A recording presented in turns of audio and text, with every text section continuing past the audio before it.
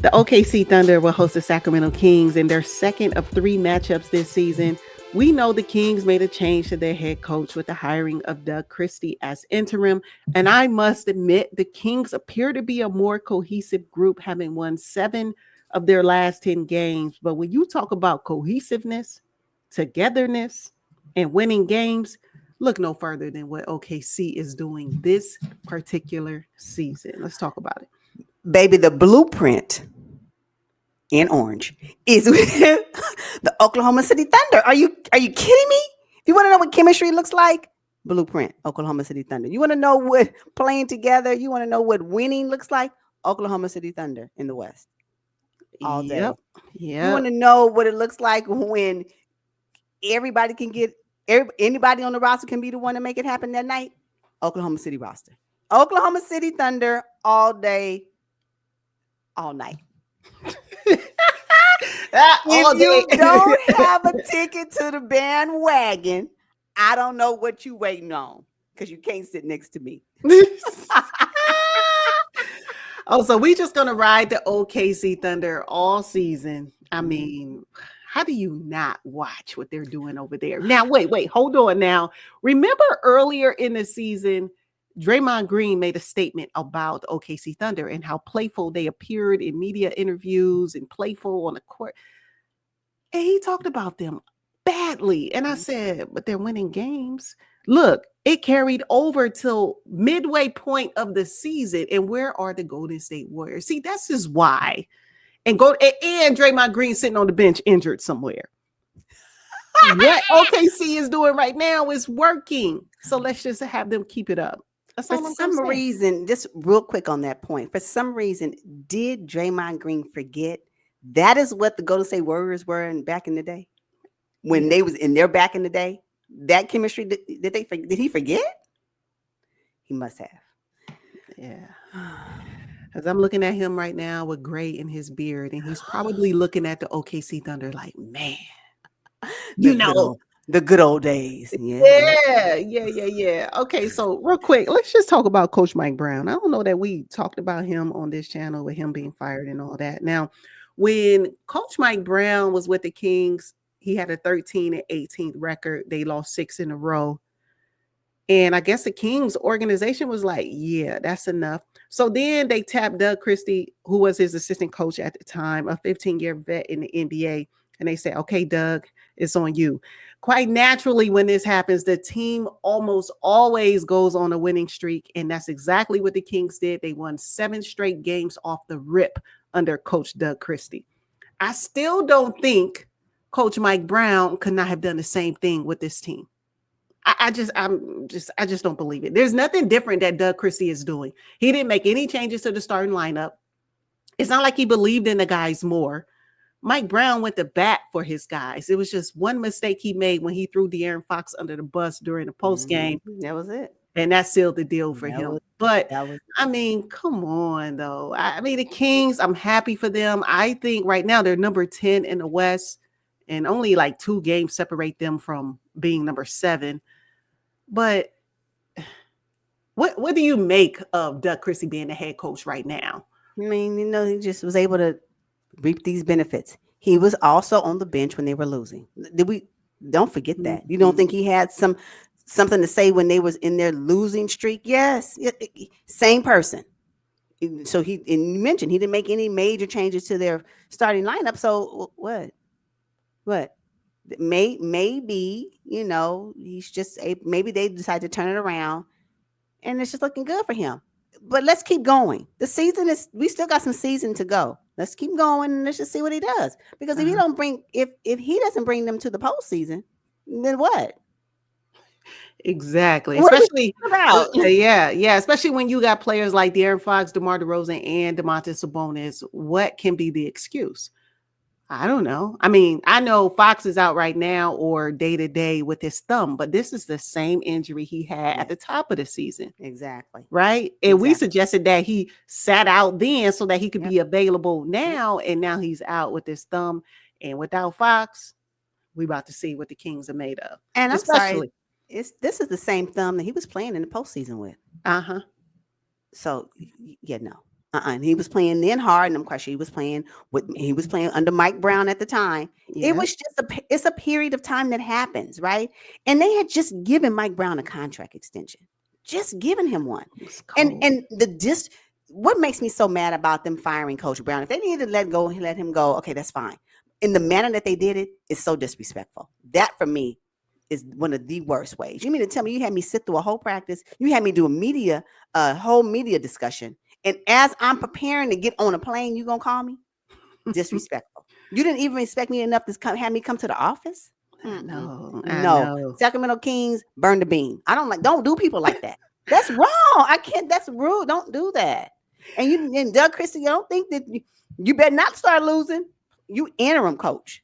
So they're interviewing as we speak. Wait a minute. I am just not going to allow you to gloss over burn the beam. I'm not going to do it. What? I'm so mad. I know. First it was light the beam because I got a whole video out on light the beam. Yeah. I don't like when you don't be disrespectful in your terminating of employees. It's bound, if it's going to happen and he wasn't performing, whatever that looks like, you can do all of that. The manner in which you do it does speak volumes about you as a person and you as a human being and why you think it's okay that you do it that way. That's cowardly. That's all I'm saying. If you're going to stand on business, stand on it. Not a phone call. No, tell me in my face. I'm quite sure you was in my face when we was winning. You can't be there in the loss too. Ooh, okay. Stay on business. Don't do that. All right. So the Oklahoma. But don't burn the beam. I like the beam. I think it's one of the greatest marketing tools that the NBA or these basketball teams have right now. The light the beam is very powerful. So don't burn it. All right, cool. So look, this is their second matchup. We know in November they faced each other. I believe Mike Brown was still at the helm. Could be wrong, but OKC were victorious 130 to 109. I do know that OKC out-rebounded the Sacramento Kings. I do know OKC shot 45% from three, while the Kings shot 25% from three.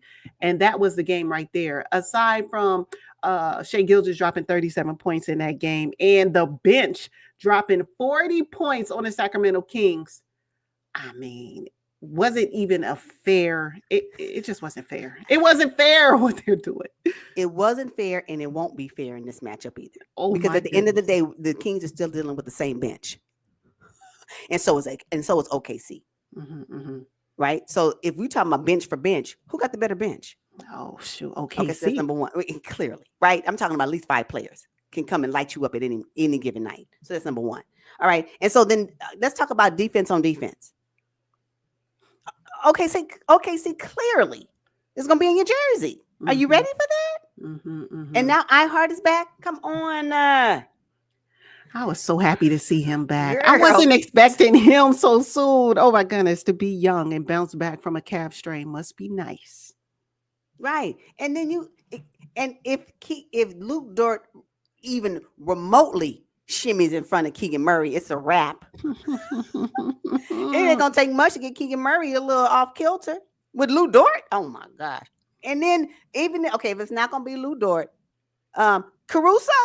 Oh my God, Keegan will he find his shot from the corner? No. Oh my goodness.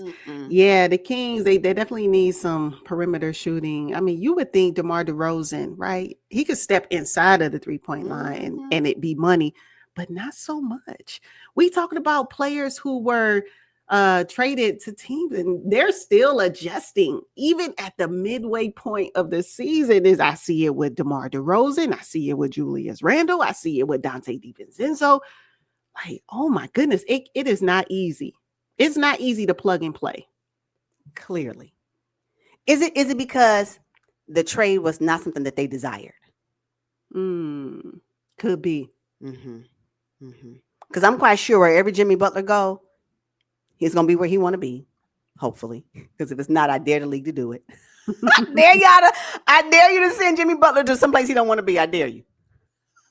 Oh my God. I know, right? I'm going to be here for all the fanfare. I cannot wait. If that happens, it's going to be must-see TV for sure. But I dare y'all to do it. But I don't think they will. So Jimmy Butler's going to probably be somewhere where he wants to be and watch it be plug and play. Watch. Okay. All right. Now the Sacramento Kings. Now I'm looking at Domantas Sabonis, who should be an All-Star reserve this season. Right now, he's riding a 21 straight game streak where he's had double doubles in points and rebounds. What you gonna do with that? I mean, look, the Kings are gonna struggle in this matchup, but you got to have somebody to contain Domantas Sabonis because he is going to get his boards, even though they were out rebounded last matchup with OKC. Somebody has to account for him. And maybe it's going to be iHeart. But if iHeart gets into foul trouble, who up next? Which he's known to do. Okay, well, go ahead on and let Sabonis go off. Whatever. Go off on the loss. It's fine. It's fine. It's fine. Go ahead. And matter of fact, let DeMar DeRozan 2 points shoot his way all through this game. And then I'm going to need the OKC Thunder to go ahead on and do what they do best and win. Like, just, it's fine. So go off in a loss. Go off in a loss. Quote me on that. Maybe not for this time, but anytime you want to use it, you can. Okay. Now Malik Monk has been in the starting lineup for a while, and we suggested that. Oh my God, so many moons ago. Finally, Mike Brown did it. Doug Christie kept Malik Monk in the starting lineup. He's doing pretty well, averaging 22 points, 3 rebounds, and 7 assists as a starter. I mean, that's another guy. I mean, Casey Wallace, Isaiah Joe got their hands full in this matchup with Malik Monk. Yeah, they do. They sure do. And that's okay. It's okay. Because while Casey Wallace is busy and Andrew Wiggins is busy, then we're going to have Shai Gilgeous-Alexander going off. What I'm saying is, and if Lou Dort 3-point shot is hidden, it's a wrap. If Shai Gilgeous-Alexander drops a couple of threes, it's over. Because he'll shimmy his way to the basket. And he's going to find a way to get to the free throw line. Which some people, I've been reading some comments on X about, the point Perkins mentioned, Kendrick Perkins mentioned in one of the airing episodes of this, whatever show he's on. I forget the name, but what's the name of it? Inside the NBA, I think is what it's called. And I could be wrong on the show name, but wherever show Kendrick Perkins is on, he talked about Shai Gilgeous-Alexander being the front runner for MVP. They posted that on X, and honey, them comments went in. Yes, if you want him at the free throw line. And I said, well, hold up. Now, y'all may not necessarily like the fact that Shai Gilgeous-Alexander gets his way to the free throw line, but I remember another player that also made MVP and stayed at the free throw line. Can you tell me who that is? Still James Harden? Playing? Yes. Absolutely. So yes, you can make your way through what I can say is this. I don't think Shai Gilgeous-Alexander baits himself to get to the free throw line. He just skillfully gets there. Yeah, ain't nothing much you can do with Shai Gilgeous once he gets going. And you mentioned him hitting the 3 ball. If that's hitting, you can't overplay him on the perimeter because then he's gonna go by you real easy. Exactly. This is my point. Then you're gonna be on skates. Yeah. What is the answer? Now, if somebody finds an answer for Shai Gilgeous, well, you did that. But until you do that, I mean, you may win him on a few plays or not, but then he'll come back and then he'll embarrass you. So again, if his points are derived from the free throw line, he gets there skillfully. He doesn't bait them. There's some players out there that bait, i.e. Trae Young. So, you got him out there. But again, if Shai Gilgeous, if he is doing what he's doing with the Oklahoma City Thunder, and he does that in this Kings matchup, I'm here for it. Yeah. Lou Dort sat out recently with right knee soreness, but I think he'll be back in action for this game. But if he's not, you still got Alex Caruso. You still got Alex Caruso. Still got Alex Caruso. And you still got the bench players because their hands are handsy. Yes, you do. Yeah, you do. Yeah. OKC Thunder. Ooh, that's some must-see TV. People don't want to. If you're not watching OKC Thunder, again, if you got your ticket to the bandwagon, get your ticket to the bandwagon. It's not discounted anymore. I mean, it would have been discounted last season, but this season it's not. Go on, break your coin. Go on, get your Okay, so look, I think OKC will obviously get the victory here. I mean, Shai Gilgeous is on his MVP campaign. They can't lose to a subpar team right now, like the Sacramento Kings. They got depth, they got defense, hands. This is going to be an easy win for OKC. Yeah. Easy. Yeah. Maybe because I don't know what type of defense the Kings will bring. Defense. I know Coach Christie is, when he played in the NBA, he was more of a defensive player. He was considered one of the Kobe stoppers.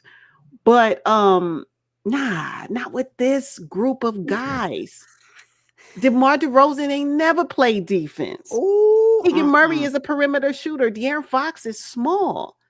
Malik Monk might get you a little something on defense, but come on. Nah. Yeah, they You just traded don't their have the defensive. lineup. They traded their defensive presence when they sent Mitchell Davion to. Mitchell, yeah. Yeah. Well, you know what? It's gonna be a nice game. Thunder up.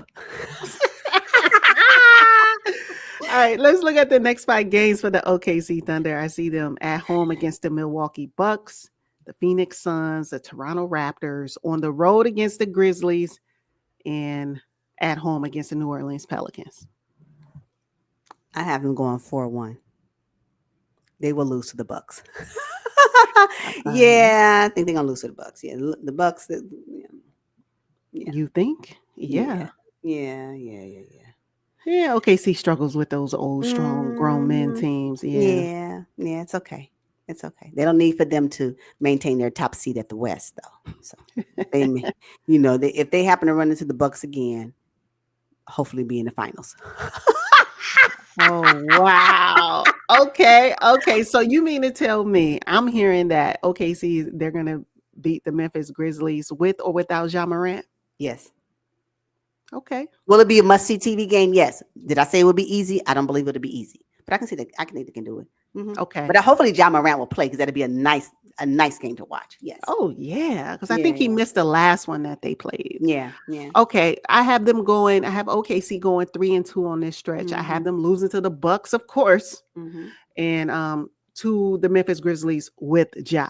Without Ja, I think they can get the win. Oh, okay. With Ja, a loss. Okay. Yes. So you have them beating the Suns with KD. Oh my gosh. Yeah. Now the Raptors. Now maybe the Raptors and the Pels. Maybe. Yeah, the right. Raptors may give them a run for their. You don't think so? You don't think the Raptors can? They upsetted some people lately. Yeah, that's because they weren't locked in. But I'm looking at the Raptors right now. They lost 32 games already on the season. OKC cannot be the 33rd. They just can't. They can't do it. That's fair.